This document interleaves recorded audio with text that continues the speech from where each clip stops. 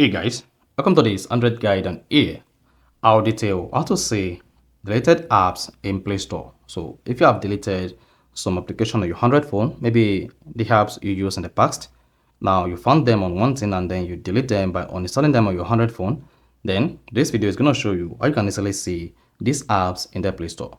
So if you don't know this, you found this offer informative, please don't forget to like and then subscribe. Now to see deleted apps in Play Store, all you just need is go ahead and open the Google Play Store on your 100 phone. And if you couldn't find the Google Play Store on your app screen, you can just click on the search button on your phone and then search for Play Store, then open it. Now, once you click on the Play Store application, click on your profile icon at the top right and then select Manage Apps and Device. Now, once you selected Manage Apps and Device, you should see whether you have outdated application available, then locate Manage and then click on it. Then once you can find the Manage application, here you have access to all the applications you currently have installed on your 100 phone. So these are all the applications you have installed on your phone.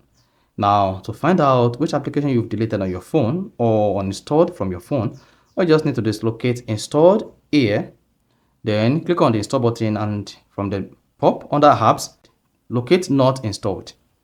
Then once you click on not installed, then you should have access to all the applications you deleted on your 100 phone. You see that? So these are all the applications I have deleted on my phone. Then you can now go ahead, choose whether to reinstall them or let them be. If you want to reinstall them, just click on them like this, then tap the install button at the top right, this, and that's going to install the deleted application again on your phone. So that is basically how to see deleted apps in Play Store. So if you found this offer informative, please don't forget to like and then subscribe.